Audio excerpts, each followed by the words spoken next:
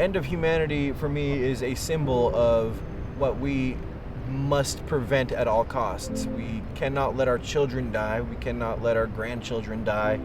We must use our hands and our brains, and we must survive. It's against the laws of the universe for us to just give up if we have the ability to prevent our extinction. The end of humanity is a very elaborate way of saying we really screwed up. Because humans are very resilient as a species, as our history has shown. And if we manage to somehow wipe ourselves out completely, or down to a small enough number that it's functionally wiped out completely, that means we've done something really, really wrong. Or we haven't been paying attention to the signs that something really dangerous was about to hit us. When people say that the world is coming to an end, I say, no, the whole world is not coming to an end. Your world is coming to an end. You will die, but the world will continue, right? The world will continue. But if all of us are going to, who loses? Nobody loses. And nobody will be here even to have that conception that there is a loss. There will not be anything like that. Hi, I'm Mauricio Geno, and I am in no way an expert on any of this stuff, but I am a bartender in the San Francisco Bay Area, one of the greatest places in the world to live.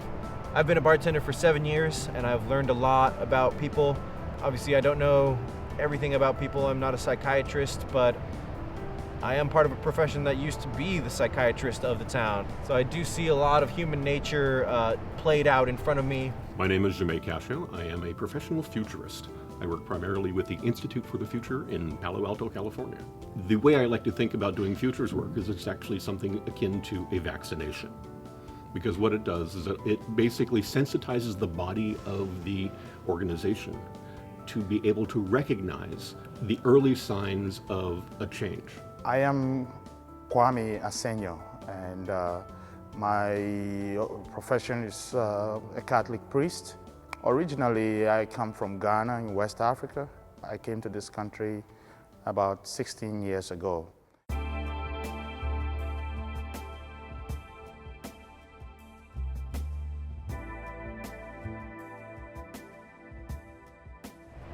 Humanity. What is my definition of humanity?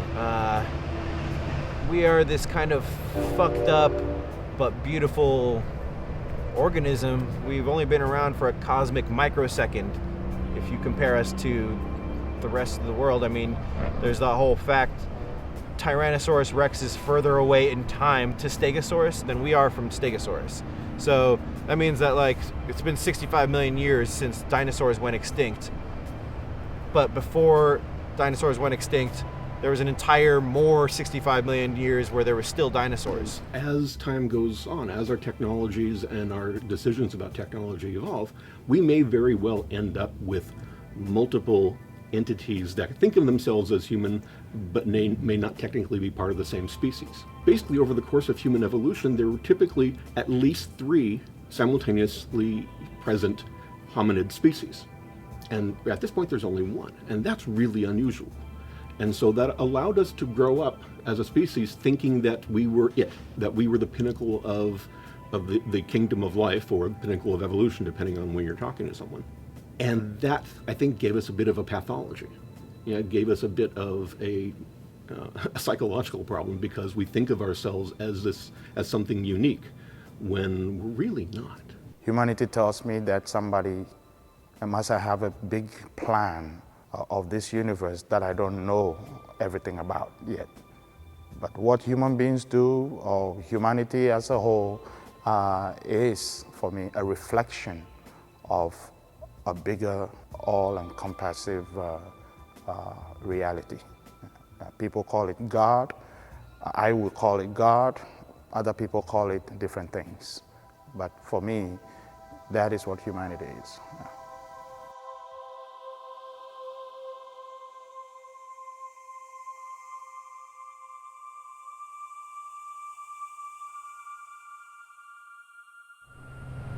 I went through a very long period of time in my young life where, I had friends and stuff, but I felt very alone at parties.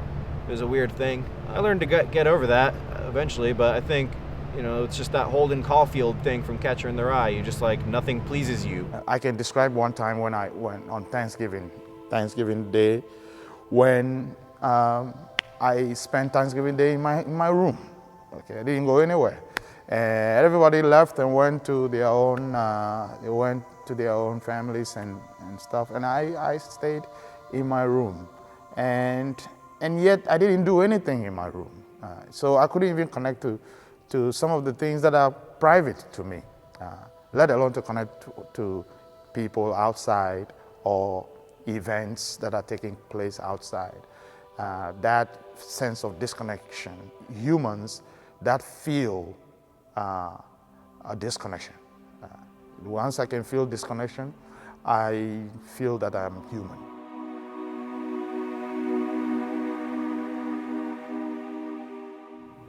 I connect with humanity as feeling like I have a stake in helping to shape our future. And one of the things about being a futurist is I'm very, and quite obviously directly interested in what happens down the road and what the consequences are of the choices that we're making today. There's also a feeling of frustration that emerges when seeing the kinds of harm that we do to our environment, to our planet, to our societies. Whether or not we terraform Mars is an interesting question, because barring the advent of some kind of magical nanotechnology or something like that, terraforming would take on order of centuries, if not millennia, to accomplish. If we bioform ourselves, essentially change our biology to allow us to live on Mars, that actually may be simpler and faster than trying to terraform Mars, and makes us better able to consider moving to other places that are even more hostile. Life lives in amazing places that we never would have considered being habitable before. I think that's a good policy to follow, that and rather than try to make planets Earth-like, we try to make ourselves better able to live on those planets as they are.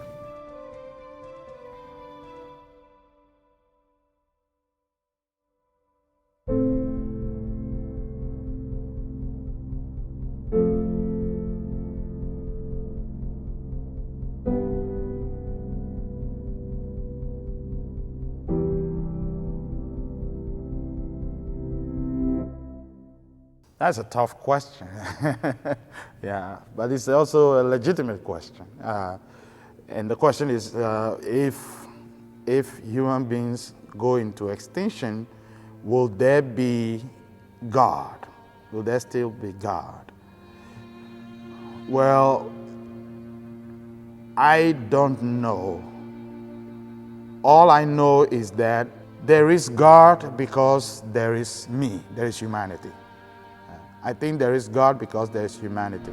Your entire life is basically about family, because we're evolutionarily programmed to care about each other and our families, and help each other thrive so we can populate more. And so it's deeper than just emotional. It's also biological that we need our families around. To lose your family and your loved ones and stuff, that would be a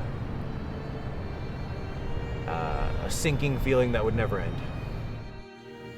Will climate change in and of itself lead to the end of the future for humanity? I really doubt it. That said, I'm taking this long-term perspective.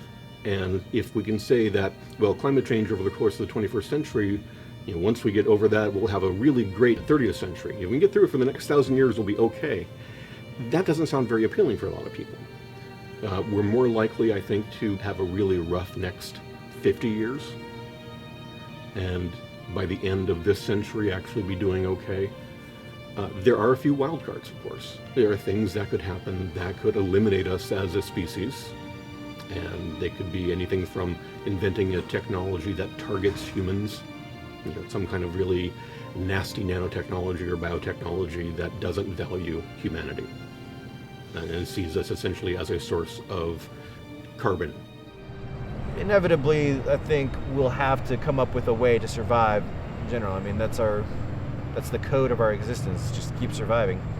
We'll figure something out. I don't think we're going to go extinct.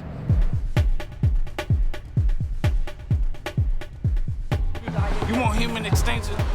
This is a prime example right now. This is how we gonna extinct ourselves, because we as a people are killing ourselves. Every time we go inside the shoes, Every time we go inside the schools and the movie theaters and we killing ourselves. We killing ourselves. If humanity were to go extinct, obviously our life goes away, and over time our artifacts go away. So what really would be lost in that kind of existential sense is potential. Because we know that we could do so much more than we've done now, that we could be better stewards of the planet, that we could develop tools that let us learn new things and go new places, that we could make a better world, and that goes away. That potential, that possibility, the enormous loss of a future. And that, for me, is the hardest thing to envision, not because it's difficult to imagine, but because it's painful to imagine. We have, as a civilization, as human beings, such incredible potential that has not yet been made manifest. I hope we have enough time for us to show the value of that potential.